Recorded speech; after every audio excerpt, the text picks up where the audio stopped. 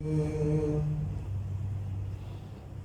الله الرحمن الرحيم ولله على الناس حج البيت من استطاع إليه سبيلا وقال النبي عليه الصلاة والسلام الحج المبرور ليس له جزاء إلا الجنة بارك الله لنا ولكم في القرآن العظيم ونفعنا وإياكم بالآيات والذكر الحكيم مولاي আমরা সর্বপ্রথম মহান আল্লাহর দরবারে কৃতজ্ঞতা জ্ঞাপন করছি যে তিনি দয়া করে মেহেরবানি করে আমাদের সবাইকে তার ঘরে আসার সমবেত হওয়ার তৌফিক দান করেছেন। আমি যে আলোচনা শুরু করেছি এই আলোচনাটা আসলে খুব গুরুত্বপূর্ণ এবং এটা শেষ পর্যন্ত পৌঁছাতে হলে অনেক সময়েরও প্রয়োজন। রমজানের আগে আরেকটি আলোচনা শুরু করেছিলাম, ওটাও শেষ করতে পারিনি। আসলে অনেক সিজন চলে আসে, প্রেক্ষাপট নতুন নতুন প্রেক্ষাপট আসে, এই জন্য প্রেক্ষাপট অনুযায়ী আমাদেরকে কথা বলতে হয়। এটা হলো ইলমুল হাল, মানে যখন যে অবস্থা ওই অবস্থার জ্ঞান জরুরি। এখন আমাদের সামনে হজ উপস্থিত, শাওয়াল মাস প্রায় শেষের দিকে, জিলহজ মাসে হজ অনুষ্ঠিত হবে। এই জন্য হজ কেন্দ্রিক কিছু কোরআন সুন্নাহর আলোকে আলোচনা হওয়া দরকার। সেই জন্য আমি কোরআনে কারীমের একটি আয়াত এবং রাসূল করিম সাল্লাল্লাহু আলাইহি ওয়াসাল্লামের সহিহ হাদিসের একটি অংশ বিশেষ পাঠ করেছি। এই আলোচনার আগে আমি বিগত যে আলোচনা করেছি সেটা তো শেষ করা যাবে না, কিন্তু মোটামুটি একটা ফিনিশিং দেওয়া প্রয়োজন। বলেছিলাম যে আল্লাহ রাব্বুল আলামিন মানুষকে শ্রেষ্ঠ বানিয়েছেন। মানুষের শ্রেষ্ঠত্বের কারণ হলো আল্লাহ রাব্বুল আলামিন মানুষের উপর একটি বিরাট দায়িত্ব দিয়েছে। সেই দায়িত্বের কারণেই মানুষ শ্রেষ্ঠ। মনে আছে তো আপনাদের? এই দায়িত্বটা হলো শরিয়া পালনের দায়িত্ব, দ্বীন পালনের দায়িত্ব। আল্লাহ রাব্বুল আলামিন কেবল এই দায়িত্বের খাতিরেই আমাদেরকে এত মর্যাদাবান আর এত সম্মানিত করেছে। এখন যদি আমরা আমাদের এই দায়িত্বটা না বুঝি, দায়িত্বটা বুঝে না নিই এবং দায়িত্বটুকু আদায় না করি, তাহলেও কোরআনে কারীমে আল্লাহ রাব্বুল আলামিন পরিষ্কার বলেছেন যে এদের অবস্থান সেই পশু পাখি আছে না, এই পশু থেকেও আরো নিকৃষ্ট।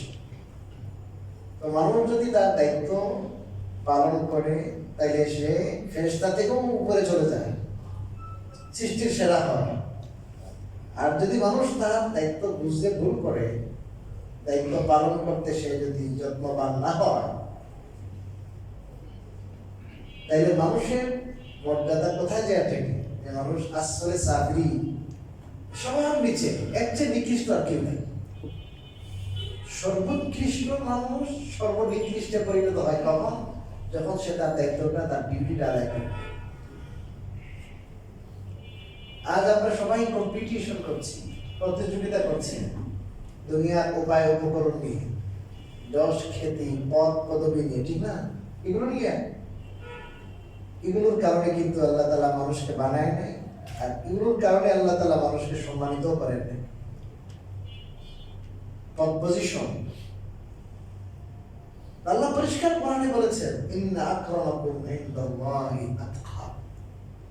যে নিশ্চয় তোমাদের মধ্যে সবচেয়ে সম্মানিত আল্লাহর কাছে তোমাদের মধ্যে যে সবচেয়ে বেশি মুত্তাকি, সবচেয়ে বেশি পরহেজগার, যে আল্লাহর হুকুম মাইনা চলে, যে সবচেয়ে বেশি। এইটা তো আসলে আমরা সবাই চেষ্টা করি আল্লাহর হুকুম মানার জন্য, কেউ কম কেউ বেশি, এই না? কেউ আছে মানে মাকরু খেলাফে আল্লাহ, অনুত্তমটাও করে না, যে আবার আল্লাহ তো কিছু হলো কি হবে, বলেন না, কিছু হলো অসন্তুষ্ট। সেরকম বেছে বেছে তার জীবনের প্রতিটা ক্ষেত্রে সে অ্যাভয়েড করে, না এটা করা যাবে না, এটা করা যাবে না, আবার আল্লাহ অসন্তুষ্ট হবে। এটা সন্দেহপূর্ণ জিনিস, এটা কম করবো কেন, জায়েজ না জায়েজ আমি বুঝতেছি না। এটা দুনিয়ার বিভিন্ন মোহ, দুনিয়ার বিভিন্ন অর্থগতি, দুনিয়ার বিভিন্ন স্বার্থকে সে জলাঞ্জলি দিয়ে আল্লাহর জন্য, তার খায় সবচেয়ে জলাঞ্জলি দিয়ে কার জন্য? আল্লাহর জন্য। যেরকম যে বেশি জলাঞ্জলি দিবে, ভাই খেয়াল করেন, ভেরি ইম্পর্টেন্ট টপিক, যে যত বেশি আল্লাহর জন্য ত্যাগ করবে, স্যাক্রিফাইস করবে, সে তত বেশি আল্লাহর কাছে কি হবে? প্রিয় পাত্র হবে, আল্লাহর কাছে শ্রেষ্ঠ হবে। এটা আল্লাহ, এমন হতে পারে সে রাস্তার ফকিরও হতে পারে, তার কিছু নাই। এমন হতে পারে যে মহাকালীতে সে ওইখানে রাস্তায় থাকে, ঝুপড়িতে থাকে, তার কোনো ঘরও নাই। হতে পারে সে আপনার থেকে শ্রেষ্ঠ, আমার থেকে শ্রেষ্ঠ, আমার থেকে শ্রেষ্ঠ। আল্লাহর কাছে বিল্ডিং বালাখানা, সুন্দর চেহারা, বড় গাড়ি বাড়ির মালিক হওয়া, এটা কিন্তু মানদণ্ড না। আল্লাহর কাছে মানদণ্ড হলো ওই ডিউটি যে কে বেশি পালন করে। আর এই ডিউটিটা বোঝার জন্য এলেম দরকার, শরীয়তের এলেম। আপনি শরিয়া মানবেন, দিন মানবেন, দিনের এলেম দরকার না, দিনের এলেম ছাড়া তো হবে না ভাই, বেদাত হবে। এই জন্য আমরা প্রত্যেকেই চেষ্টা করবো দিনের জ্ঞান, কমপক্ষে বেসিক জ্ঞানটা কি করার জন্য হাসিল করার।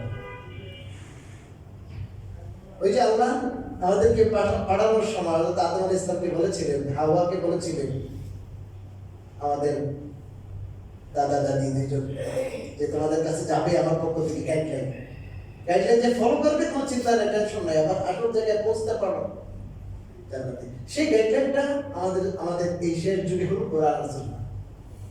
এই কোরআন সুন্নাহর এলেম, এটা আমাদের সবচেয়ে বেশি জরুরি। এটাকে আমরা সর্বাধিক গুরুত্ব দিই। এটার উপরে আমাদের চিরস্থায়ী শান্তি, মুক্তি, কামিয়াবি নির্ভরশীল এটার উপরে।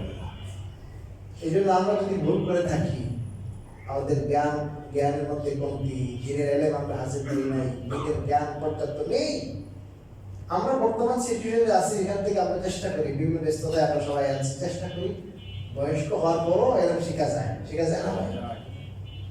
সাহাবায়ে কিন্তু বয়স হওয়ার পরও কিন্তু শিখছেন ভাই। এলেমের ক্ষেত্রে কোনো লজ্জা নাই। সহিহ বুখারীতে কথাটা আছে, লা ইয়াতুবুল ইলমা মুস্তাহবিন ওয়ালা মুতাকাব্বির। যে মানুষের মধ্যে দুটা গুণ আছে, গুণ না বরঞ্চ এটাকে দোষ বলতে হয়, সে কখনো এলেম হাসিল করতে পারবে না। একটা হলো যার মধ্যে লজ্জা আছে, বেশি লজ্জা, কেমনে ওর কাছে আমি যাই, কেমন লজ্জা লাগে, এটা যে তুমি এত বড় তুমি বাড়ি আলামিস, এইটাই জানো না তুমি, কি লাগে একটু আনইজি ফিল করে না? কেউ যদি আনইজি ফিল করে, লজ্জা বোধ করে, তার এলেম হবে না। আর যার মধ্যে গেবেটি আছে, কি আছে? গেবেটি, অহংকার, দ্বন্দ্ব, আমার থেকে বড় আবার খেয়ে, আমি ওর কাছে কেমন আসে তো আমার বাসায় এসে আবার একটু পড়ে যাই। বাদশাহ হারুন রশিদ রহমতুল্লাহ আলাইহি, জানেন তো অনেক বড় বাদশাহ। এই বাদশাহ হারুন রশিদ রহমতুল্লাহ আলাইহি তার ছেলেদেরকে পড়াইছে, মোহাম্মদ রহমতুল্লাহ আলাইহি পড়াইছে। তো ওনাকে বাদশাহ তো চাইলে ওনাকে এখানে ডাকতে পারতেন যে আপনি আসে কি করবেন, বাসায় আমার পড়াই দিয়ে যাবেন। উনিও ওইরকম পজিশন বলাছে, উনি বলছেন না, এটার জন্য বিনয়ী হওয়া লাগে, এটার জন্য কি লাগে? বিনয়ী হওয়া লাগে। এই জন্য ওখানে যাইবা, ওনার দরবারে যাই এলেম শিখবা। আশ্চর্য একটা ঘটনা, ইমাম ইবনে আব্দুল বার আন্দালুসি রাহমাতুল্লাহ আলাইহি হাদিস আর ফিকহে অনেক বড় ইমাম ছিলেন, মালিকি মাযহাবের অনেক বড় বড় কিতাব লিখেছেন, 20-30 খণ্ডের কিতাব, বিশাল বড় কিতাব, আল ইস্তিযকার, আত-তামহিদ ওয়াল কিতাব, অনেক বড়। হাফিজ ইবনে আব্দুল বার আন্দালুসি রাহিমাহুল্লাহর একটা কিতাব আছে এলেমের উপরে। এই কিতাবের নাম হলো জামিউল বায়ানিল ইলমি ওয়া ফাসলিহি ওয়া লা ইয়ানবাগি ফি রিওয়ায়াতিহি ওয়া হামলিহি। এত বড় কিতাবের নাম। ওই কিতাবে উনি আব্দুল্লাহ বিন আব্বাস রাদিয়াল্লাহু তাআলা আনহু ইলম হাসিল করার প্রতি তার যে স্পৃহা ছিল সেটা উনি লিখেছেন। আপনারা জানেন আব্দুল্লাহ বিন আব্বাস রাদিয়াল্লাহু তাআলা আনহু রাসূলের কাছে আপন চাচাতো ভাই ছিলেন। আপন চাচাতো ভাই না, রাসূলের বংশের লোক, হুজুরের আপন চাচাতো ভাই।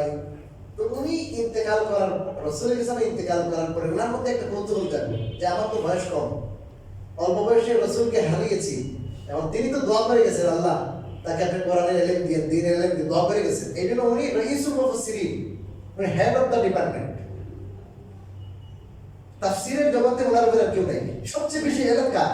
আব্দুল্লাহ বিন আব্বাস। তো একবারে কচি বয়স, 14-15 বছর বয়স মানে রাসূল সাল্লাল্লাহু অল্প বয়সে উনি হারিয়ে ফেলছেন, অল্প বয়স। কিন্তু আল্লাহ রাসূল কি বলেছেন? তাকে দোয়া করে গেছেন।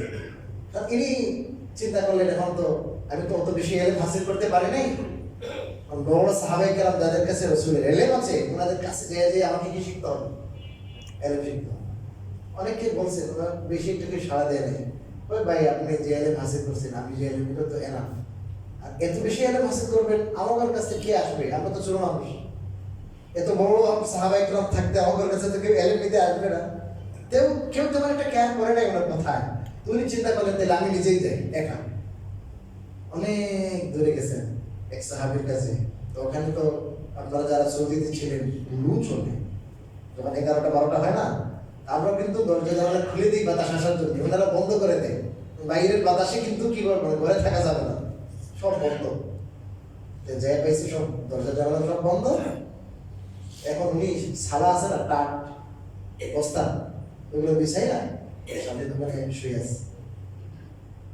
গরম, প্রচন্ড গরম। উনি চিন্তা করছে এবং উনি হয়তো আরাম করছেন, রেস্ট করছেন। এখন যদি আমি ওনাকে পরাঘাত করি ওনার কি হবে? বেয়াদবি হবে, কষ্ট হবে। এই জন্য বলছেন যে না, ওনাকে তো কষ্ট দেওয়া যাবে না। এই মুহূর্তে জানি না ভিতরে কি অবস্থা। আমরা টাস করে যেয়ে তো আমরা গরিব বাজানো শুরু করি, সময় বেড়া ঘুমে আসি কিনা টাস করে ফোন দেওয়া শুরু করি। একবার না ধরলে 10 বার দেয়, আছে না? অনেক বার ভাই এই কি অবস্থায় আছে, হয়তো বেড়া বাথরুমে আছে, অন্য কোনো এমন সিচুয়েশন আছে যে উনি ফোন করতে পারবেন না, এমন ভাবে ফোন দেয় যে আপনি বাধ্য, কেন ধরেন না, আপনি ধরতে হবে। এরকম মানুষ আছে। এটা আদব না, এটা কিন্তু আদব না। আচ্ছা, তিনি ঘুম থেকে উঠছেন বা প্রয়োজন সারে উনি দরজা যখন খুলছেন তখন দেখে আব্দুল্লাহ বিন আব্বাস, উনি তো একবার থ হয়ে গেছে নাকি দেখেন, আল্লাহ রে উনি, আপনি, উনি আব্দুল্লাহ বিন আব্বাস কিনা দেখে উনি তো, আমি আল্লাহ তো দাওয়াত করে পাওয়া যাবে না, রাসূল সব তো নাই, এখন এনারাই সব রাসূলের বংশে। আপনি আসছেন মানে অনেক কি করতেছে, আফসোস করতেছে। তা আপনি আমাকে একটু বলবেন না আপনি এভাবে আসছেন? আমার জন্য তো সৌভাগ্য ছিল, আপনি অনেক কষ্ট করছেন। উনি অনেক বেশি আফসোস করতেছেন। তো পরে উনি বললেন যে দেখেন, আমি কিন্তু মেহমান হিসেবে আপনার কাছে আসিনি, আমি তালিব ইলম হিসেবে আসছি আপনার কাছে। চাচাজির যে কি আছে, চাচাতো ভাই, চাচাজি না, চাচাতো ভাই। এখন এনার কাছে যে ইলম আছে, তাহলে এই ইলমটা কি করার জন্য আমি আপনার কাছে এসেছি। তাহলে এখন আমি তো আপনার এখানে আদব দেখাই তো, আপনাকে কষ্ট দিলে তো হবে না। আমি ভাবছি আপনি রেস্টে আছেন, বিশ্রামে আছেন, ঘুমিয়ে থাকতে পারেন, আপনাকে কষ্ট দেওয়া মুনাসিব না। আর ইলমটা বিত্তালাল্লুম, আমাদেরকে নির্দেশ দেওয়া হয়েছে ইলমটা যার কাছ থেকে ইলম নেবেন, যার কাছ থেকে আপনি যে কোনো জ্ঞান নেবেন তার কাছে সারেন্ডার হয়ে, তার কাছ থেকে বিনীত হয়ে ইলম নেওয়ার জন্য নির্দেশ দেওয়া হয়েছে। কথা বুঝলেন না? যার কাছ থেকে আপনি জ্ঞান নেবেন, যে কোনো জ্ঞান, তার কাছ থেকে বিনীত হয়ে নিতে হবে, এটা নিয়ম। আজকে আমাদের আদব নাই, আদব কায়দা শেষ। এই উচ্চ চিল্লা করলে আদব কায়দা নাই। তো আব্দুল্লাহ বিন আব্বাস রাদিয়াল্লাহু তাআলা আনহু এভাবে ইলম শিখছেন। তো যার মধ্যে দুইটা জিনিস থাকবে, একটা হলো এই যে আনইজি করা, লজ্জাবোধ করে এখন কেমনে যাবো, কেমনে শিখবো। আর যার মাঝে কি থাকবে, গ্র্যাভিটি থাকবে, অহংকার থাকবে, সে ইলম হাসিল করতে পারবে। এই জন্য আমরা সব কিছু বাদ দিয়া আমাদের আল্লাহর পরিচয় লাভ করার জন্য, আল্লাহ তাআলার মর্জি কি, আল্লাহ তাআলা কি চান আমাদের থেকে জীবনের বিভিন্ন ধাপে, সেই জন্য আমরা জ্ঞান অর্জনে, দ্বীনি ইলম অর্জনে সচেষ্ট হতে হবে আমাদেরকে। এই জন্য বয়স্ক শিক্ষা, আমার মনে হয় বয়স্ক শিক্ষা চালু করা খুব দরকার। বাংলাদেশে সর্বপ্রথম বয়স্ক শিক্ষা চালু করেছেন আমাদের এক বন্ধু। ইনি মাদ্রাসা করেছেন ওই যে শহীদ বুদ্ধিজীবী কবরস্থান আছে না, এটার পাশে একটা মাদ্রাসা করেছেন। ওনারা ওখানে জায়গা দিয়ে দিয়েছে অলরেডি, ওই জায়গাটা ওখানে দাওয়া পর্যন্ত। এবারে আলেম পর্যন্ত আপনি ওই যে বিকাল টাইমে, বিকাল শিফটে যারা ওখানে অনেক অফিসাররা, বড় অফিসার আছেন, ডাক্তার আছে, ইঞ্জিনিয়ার আছে, এনারা যায় কি শিখেন বিকাল টাইমে। যখন আমাদের অফিস বন্ধ, অফিস কাজ শেষ, তখন যাই আমরা 2 ঘন্টা 3 ঘন্টা 4 ঘন্টা করে পরে একবার দাওয়া পর্যন্ত পরীক্ষা দিন না অনেক কাজ। এই মাসের 30 তারিখ বোধহয় আমাদের আছে একটা সম্মেলন আছে, আমাকে ওখানে গেস্ট হিসেবে দাওয়াত করেছে। আপনাদের যদি কেউ দেখার থাকে আমার সাথে যোগাযোগ করবেন, আপনাদেরকে নিয়ে যাবো। দেখবেন বুড়া বুড়া অনেক গ্রাজুয়েট, অনেক অফিসার সেখানে ছাত্র। সে দুনিয়ার লেখক বলো, চেষ্টা করে চিন্তা করলো যে আমি এটা দিয়ে কিছু হবে না, আমার আগে রাখা। সে এখন দিন লেখা পড়ালেখা করে ঠিকছে আলেম বিকাল টাইম নৈশ মাদ্রাসা, নৈশ মাদ্রাসা ওটার নাম আন্নুর নৈশ মাদ্রাসা ওটার নাম। এবং এটা দেখা দেখি আরো মাদ্রাসা হয়ে গেছে আলহামদুলিল্লাহ। আপনারা তো আমাদেরকে যদি পরামর্শ দিতেন, আপনারা আমাদেরকে উৎসাহিত করতেন যে হুজুর আমরাও চাই, তো আমরাও চিন্তা করতাম যে এখানে কিছু করা যায় কিনা। আমাদের মধ্যে কি লাগবে, তো উৎসাহ লাগবে, আগ্রহ লাগবে। আমি যে কথাটা বললাম এটা সবার জন্য জরুরি। তারপর অনেকে কিন্তু বুঝতে পারি না, আমরা মনে করছি যে আমি তো দিনে লাইনে আসলে অনেক কিছু জানি। আমরা যে জানি না, আমাদের জানার যে কত অভাব, ওইটাও কিন্তু আমরা জানি না। আপনি আলেম না হন, কিন্তু ওখানে বেসিক জ্ঞান যে কত মানে অনেক বিস্তৃত, অনেক বড়। এই যে আপনার ওখানে যখন ভর্তি হবেন, আপনি যখন দেখবেন এলেমের গন্ডিটা, এটার আয়তনটা যখন দেখবেন আপনি, তখন চিন্তা করবেন আরে আমার তো জানার মেলা বাকি রয়ে গেছে, এখন তো আমি আয়তনও জানি না। এটার হক যে আছে চৌহদ্দি, জমিন কেনার সময় চৌহদ্দি করে না এদিকে ওইদিকে, এটার এলেমের আয়তন কতটুকু, শরিয়া কত বড়, আমার জন্য জানা কতটুকু জরুরি, এই ব্যাপারে আমাদের ধারণার কিছুটা অভাব আছে। আপনারা কেউ মাইন্ড করবেন, আপনাদের ভাবার জন্য বলছেন, আমার দায়িত্ব থেকে আমি বলছি। আচ্ছা, এখন যে সমস্ত কচিকাচা আছে আপনার ঘরে, তাদের ব্যাপারে আমি আপনাদের কাছে বিনীত, আপনাদের খাদেম হিসাবে অনুরোধ, আপনারা তাকে ডাক্তার বানান, ইঞ্জিনিয়ার বানান, দুনিয়ার লাইনে অনেক বড় কিছু বানান, সমস্যা নাই বানান, কিন্তু তাকে আগে প্রথমে তাকে দিনের জ্ঞানটা দেন। বেসিকটা শুরু করেন দিন দিয়া।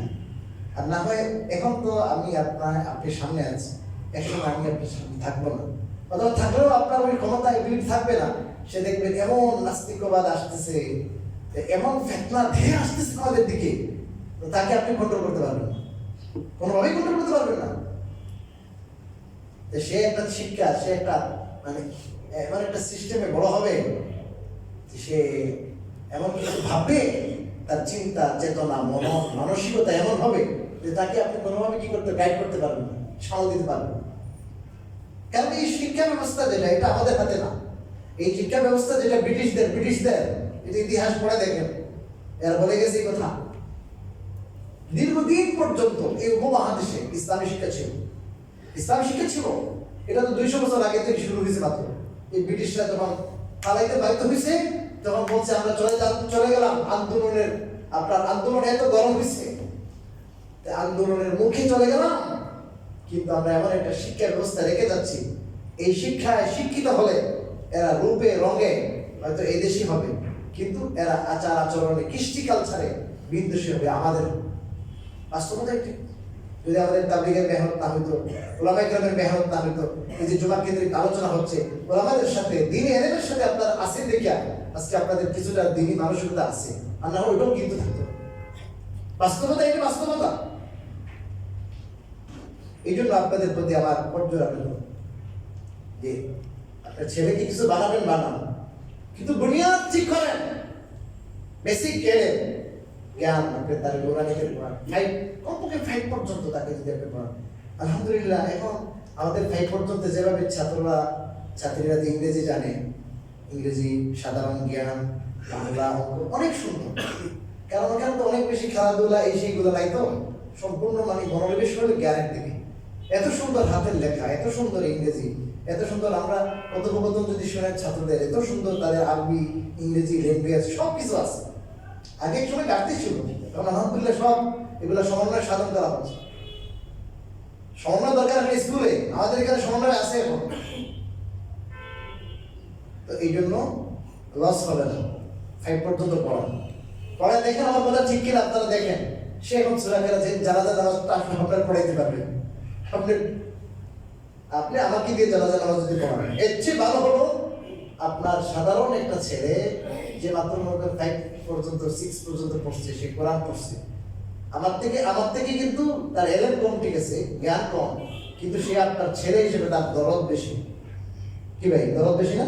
এই জন্য আপনার ছেলে তার দরদ নিয়ে নামাজ পড়াইলে এটার কবুল হবে আল্লাহর কাছে বেশি।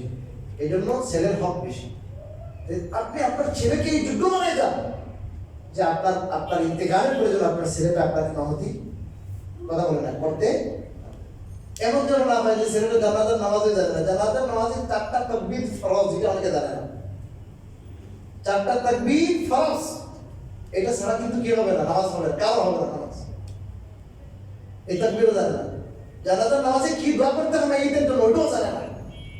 কি শিখাইলাম আমি কোন থেকে? এই জন্য আপনাদের প্রতি আমার দরখাস্ত আবদার যে আপনারা আপনাদের ছেলে মেয়েদেরকে প্রাথমিক লেভেলের হলেও দিন শিখাতে হবে। প্রাথমিক লেভেলে দিন শিখানোর পরে যদি আপনি অন্য কোথাও নিতে চান নেন, তাহলে ইনশাল্লাহ আমরা আশাবাদী সে যদি লন্ডনেও যায়, অক্সফোর্ডে যায়, নাস্তিক হবে না ইনশাল্লাহ। তার অন্তরের ভিতরে কিন্তু ওই কালিমা ঢুকে গেছে। সে কোরআন পড়া জানে, সে এই যে ছোট অবস্থায়, মাসুম অবস্থায় সে কোরআনটা পুরোটা রিডিং করে শিখছে, সে দিনের মৌলিক বেসিক বিষয়গুলো শিখছে। এই যে মাসুম মনে এই জিনিসগুলো ঢোকার পরে সহজে কিন্তু আরেকগুলো যায় না। এটার মধ্যে লেখা থাকে না ABC, আপনাদের লেখা কি আছে জানি না, এটার মধ্যে থাকে না লেখা, ওগুলো কিন্তু কি হয় না ভাই বুঝে, এগুলো কিন্তু পোড়া খাওয়াই। এগুলো সাগরের ঢেউয়ে যদি ছেড়ে দেন তাও এই লেখা বুঝবে বুঝবে। খোদাই করা পাথরের লেখা মুছে, খোদাই করা পাথরের লেখা সেই ব্রিকফিল্ডের ইটের লেখার মতো অন্তরের মধ্যে কোরআন গেঁথে যাবে। সে গুনাহগার হতে পারে, বিভিন্ন ধরনের খারাপ কাজে লিপ্ত হতে পারে, কিন্তু একসময় সে আবার মূলের দিকে ফিরবে ইনশাআল্লাহ। আমি অনেক ভেরি ইম্পর্টেন্ট কথা বললাম, আপনারা যদি এটাকে গুরুত্ব দেন তাহলে দুনিয়াতে লাভবান হবে, আখিরাতে হবে। এক ভাই মাদ্রাসায় খুলছে আমাদের, যে কি নাম না, আবু সাইদ। আমি গিয়েছিলাম ওখানে, আলহামদুলিল্লাহ 4-5 জন ছিলেন, এখন মনে হয় প্রায় 18-20 জন বেশি। আমরা যদি বুঝতাম তিনি এরকম ছোট পরিসরে না, আমাদের মানুষ ভরে যেত এখানে, আমরা গুরুত্ব দিচ্ছি না। সবাই গুরুত্ব দেওয়া দরকার।